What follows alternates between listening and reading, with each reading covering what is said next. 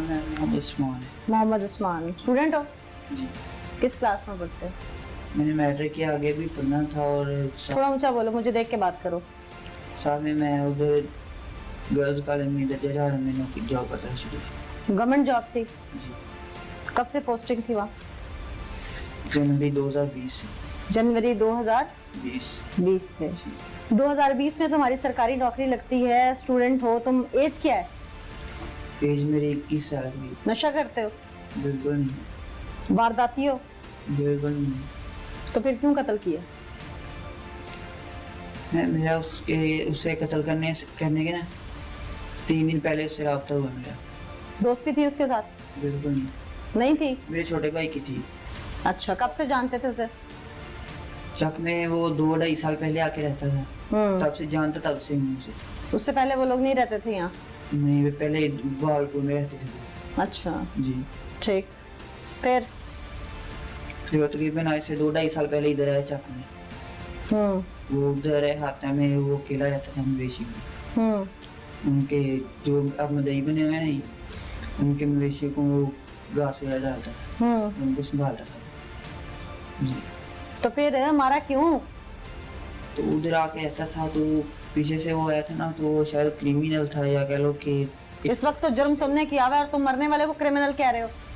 उधर आके रहता था, वो पीछे से आया था ना मैडम। वो पीछे से क्या था क्या नहीं था वो एक अलग बात है, जुर्म तो इस वक्त तुमने किया ना, मैं वो पूछ रही हूँ मारा क्यों था?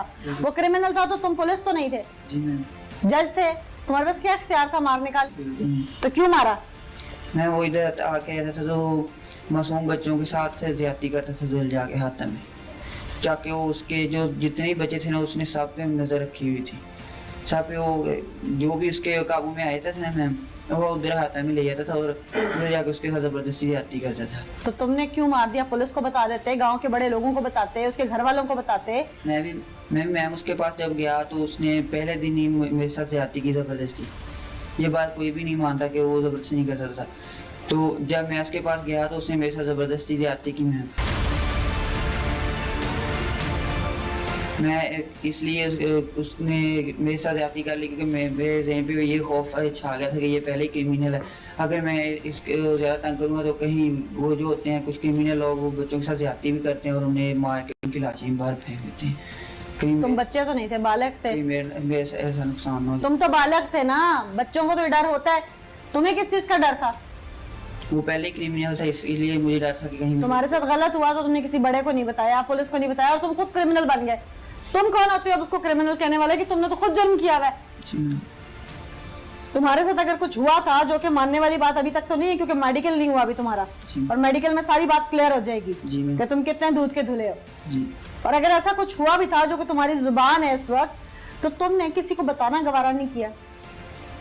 तुम्हारे अंदर इतनी दिलेरी नहीं थी कि किसी को बताते, लेकिन ये दिलेरी थी कि तुमने उसे मारना है। बात समझ नहीं आ रही मुझे।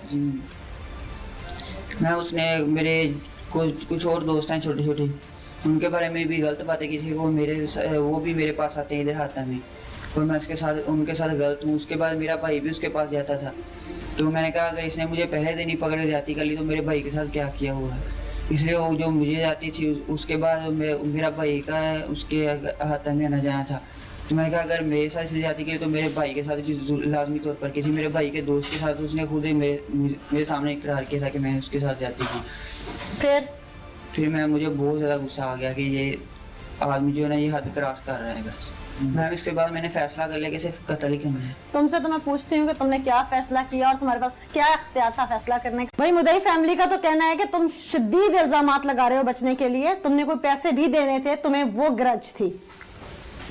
पैसे कौन से मैम? तुमने लेन देन का तनाजा था तुम्हारा उनके साथ? बिल्कुल कोई तनाजा नहीं था। उसके मैंने से ना 9,000 रुपये जमा करवाया था। बल्कि लेन देन का तनाजा तो था ना? बिल्कुल नहीं मैम, लेन देन का तनाजा था।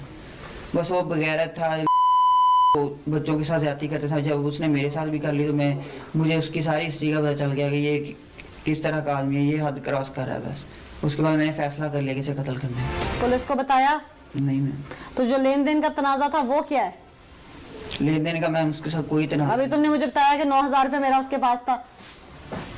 मैम मेरा अगर किसी के पास मैंने किसी को पैसे दिए हुए हों या किसी ने मुझे देने, इस पैसों का मेरा किसी के साथ कोई अभी तुमने 9,000 एडमिट किया है, हाँ जी। तो हो सकता है वो ना दे रहा और तुमने मार दी हो। नहीं मैम, पैसों का कोई मसला नहीं। अभी तुमने माना है मेरे सामने।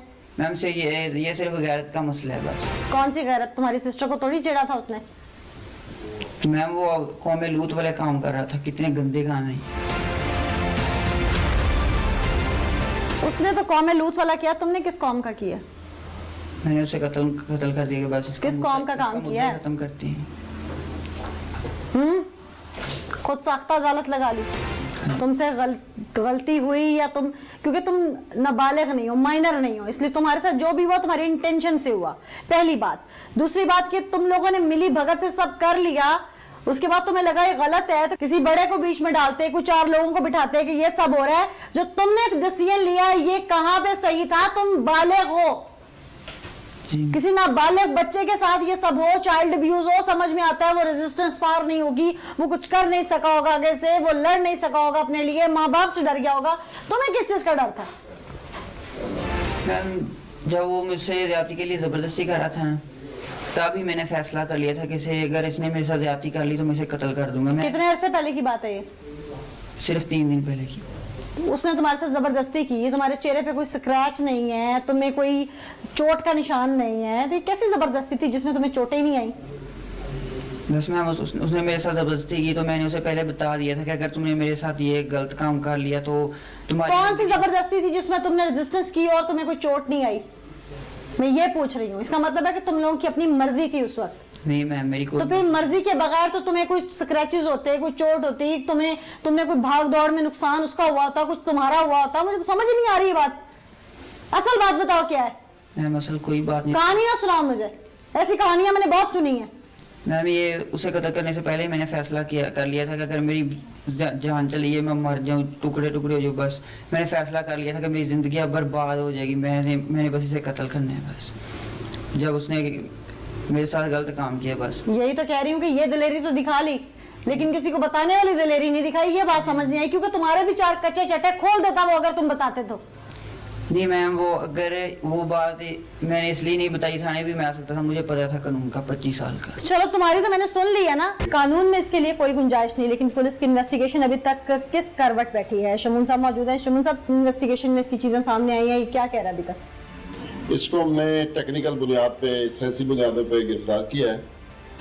पहले तो ये एडमिट नहीं कर रहा था, उसके बाद जब तमाम एविडेंस हमने कलेक्ट कर ली तो उसके बाद इसने एडमिट किया है और उसने अपने ही हमसाये को कत्ल करके इंतहाई किराना जुर्म किया है। रीजन क्या थी? इसके साथ वो गंदी हरकत करता था, नाजेबा हरकत करता था, जिस वजह से पहले तो इसने बर्दाश्त किया, आखिरकार इसकी गैरत में जोश मारा, उसकी आंखों में पेचकस मारकर कत्ल कर दिया। इसके अलावा तो कोई बात नहीं थी? ब्लैकमेलिंग वाला कोई मामला तो नहीं था? जी नहीं, ऐसी कोई बात नहीं है। मुलजिम का मेडिकल करवाया आपने इस बात पे? जी, इसका हमने डीएनए भी करवा लिया है, इसका मेडिकल भी करवाया है। क्या उसमें ये बात साबित हुई है कि इसके साथ ऐसा कुछ हुआ? अभी डीएनए का रिजल्ट नहीं आया, डीएनए में तमाम चीजें इंशाल्लाह खुलकर सामने आ जाती है। रिपोर्ट कब तक आएगी? रिपोर्ट इंशाल्लाह जल्दी आ जाएगी। अप्रोक्सीमेट तकरीबन 1 माह लग जाता है। 1 माह लग जाता है। दफात कौन सी लगाई है? 302? 302। ठीक। हाँ भाई, अब तो सारी बात खुल गई है, कहानियां सुनाना मुझे बंद करो और जो कुछ किया है वो फर तोते की तरह बताओ। मैम उसने मेरे साथ ज्यादती की तो मैंने उसे कत्ल किया, इसके अलावा और कोई कहानी नहीं है। बहुत ट्रेंड हो तुम। नहीं कहाँ से ट्रेनिंग ली है ये जुर्म करने की? वो मैंने स्टोरीज पढ़ी है कमांडो की, वो मैंने आपको बताया। इतने सीधे तो तुम हो नहीं कि जितनी सीधी तुम मुझे बात सुना रहे हो। सीधे तुम होते हैं तो उसकी आंखों के अंदर तुम पेचकस मार के उसे कत्ल करते। तुम इतने सीधे होते तो तुम अपना भेष बदलते, वहां पे अपने कपड़े बदलते, अपनी सलवार बदलते ताकि कोई पहचाने ना तुम्हें। तुम इतने सीधे होते तो कातिल होते, सीधे तुम नहीं हो। कहाँ से सीखा ये सब? मैं इंडिया के वो जो CID है ना, उनकी वीडियोस देखता था, वहाँ से मुझे सारा आइडिया मिला है, उसी आइडिया पे मैंने उसे कत्ल किया है। यानी कि इंडिया जो जहालत दिखाएगा तुम उसे अडॉप्ट करने चल पड़ोगे। उस दिन किस तरह बुलाया था उसको? मैंने उसे नहीं बुलाया था, उसने मुझे बुलाया था। कितने बजे? ईशा के बाद, ईशा की नमाज के। जब तुम्हें इतनी तकलीफ थी कि वो इस तरह की हरकत करता है, तुम गए क्यों? जब उसने मेरे साथ पहले दफा जाती कर ली थी तब मैंने बस यही बना लिया था कि अब इसे कत्ल करना है, अगले दिन इसे कत्ल करने जाना है। उस दिन जब तुम्हें इसने बुलाया, क्या कह के बुलाया? उसने कहा कि उधर हाथे में आ जाओ। फिर आई फिर तो मैंने पहले ही कत्ल करने की उसके प्लानिंग बनाई हुई थी। प्लान कैसे बनाया हुआ था? कुछ छुरी चाकू लेके गए थे? पेचकस लेके गया था मैं। क्या सोचा था, कहाँ मारूंगा? मैंने उसे पहले के हालात जैसे मर्जी हो, बस उसे आज कत्ल करके आना है। क्या सोचा था? पेचकस से कौन कत्ल होता है भाई? कुछ सोच के गए थे ना? फिर मैं पेचकस मैम ले गया उधर, वो लेटा हुआ था आंखें बंद करके, तो मैंने उसकी आंख में मारा पेचकस। उसके बाद मैंने उसका सोच के गए थे आंखों में मारना? जी। कहाँ देखा था ये? किसी एपिसोड में? ये मैंने बायोलॉजी में पढ़ा हुआ मैट्रिक में कि आंख का पीछे दिमाग के साथ कनेक्ट होता है। अच्छा, जी। फिर मैंने उसकी आंखों में मारा तो वो तड़पने लग गया। उसके बाद मैंने उसका गला दबा के उसे मार दिया। फिर मैंने कत्ल के बाद उधर दीवार पे खून का बदला खून लिख दिया था। क्यों? ताकि जब सुबह इनको लाश मिलेगी इधर से, तो वो क्योंकि नंगी हालत में पड़ा था, तो उनकी तवज्जो फौरी इस तरफ ना चली जाए कि किसी के साथ इसने बेगैरती की तो वो इसे मार के गया है। तो मैंने इसलिए दीवार पे लिखा था कि जिनके साथ इनकी दुश्मनी थी पहले, उनकी तरफ इनकी तवज्जो चली जाए। दुश्मनी किस तरह की थी? वो उनके कत्ल किए थे इन्होंने। अच्छा, जी। तो तुम्हें पता है इस बात का? जी। फिर इसलिए मैंने उधर लिख दिया था। किस चीज से लिखा? मार्कर से? खून से लिखा था। खून किस चीज से? कोई ब्रश लेके गए थे साथ? उंगली के साथ। अच्छा, जी। कहाँ से लिया था खून? उसकी आंखों से? गर्दन से। गर्दन से लिया था? गर्दन तो काटी नहीं थी। उधर जख्म हो गया था इसमें। अच्छा, पेचकस। बड़े तुम दिलेर हो कि एक शख्स के तुमने आंखों में ब्रूटल तरीके से इसने पेचकस मारा, उसके आई बॉल फट गए, दिमाग तक चला गया पेचकस। उसके बाद इसने उसको गला दबा के अच्छी तरह कत्ल किया। जब वो कत्ल हो गया, इसने भेस बदला वहां पे खड़े होकर अपना। उसके बाद इसने दीवार पे उसके ही खून को रंग बना के लिख दिया कि खून का बदला खून। ओ भाई, तुम तो सफाक इंसान हो, इंसान भी नहीं हो बल्कि दरिंदे हो। जो उसने किया, तुमने उसके बाद जो किया वो। मैम वो भी जनसी दरिंदगी करता था तो मैं भी दरिंदा बन गया बस। ये कैसी दरिंदगी तुमने दिखाई? इंसान बनते तुम्हारे साथ जो कुछ हुआ था, उसके बाद तुम्हें सबक मिलना चाहिए था कि इंसान बनो, तुम दरिंदे बन गए। अब कहना मैं थाने में आया था, यहाँ से छूट के जाने के बाद मैं डॉन बन गया हूँ। इंसान के साथ कोई वाकया या हादसा आता है तो उसके बाद वो सीख लेता है उससे, ना कि दरिंदा बन जाता है। ये वाकई में ऐसा नहीं था कि इससे कुछ सीखा। ये वाकया था कि वो एक मुआशरे में दरिंदा जो है ना, बच्चों के साथ जो ज्यादती करता है, वो दंदनाता फिर रहा है, बस उसे खत्म कर दे। ये था सबक मिल रहा था मुझे इससे। कानून को समझते हो ना? जी। तो इसके लिए तो कानून भी बड़ा सख्त था। तुम रिपोर्ट कर देते तो ये शायद जेल से बाहर ना आता कितना अर्सा। ना वो ताकतवर थे, वो उनकी सियासी प्रोई भी थी, इसलिए वो बाहर चला गया। अब उनकी ताकत से डर नहीं लग रहा? नहीं जिनका बेटा तुमने मार दिया। नहीं, अब क्योंकि मैंने मरने के इरादे से ही उसे कत्ल किया है। तुम्हें पता तुम्हारा अंजाम क्या होने वाला है?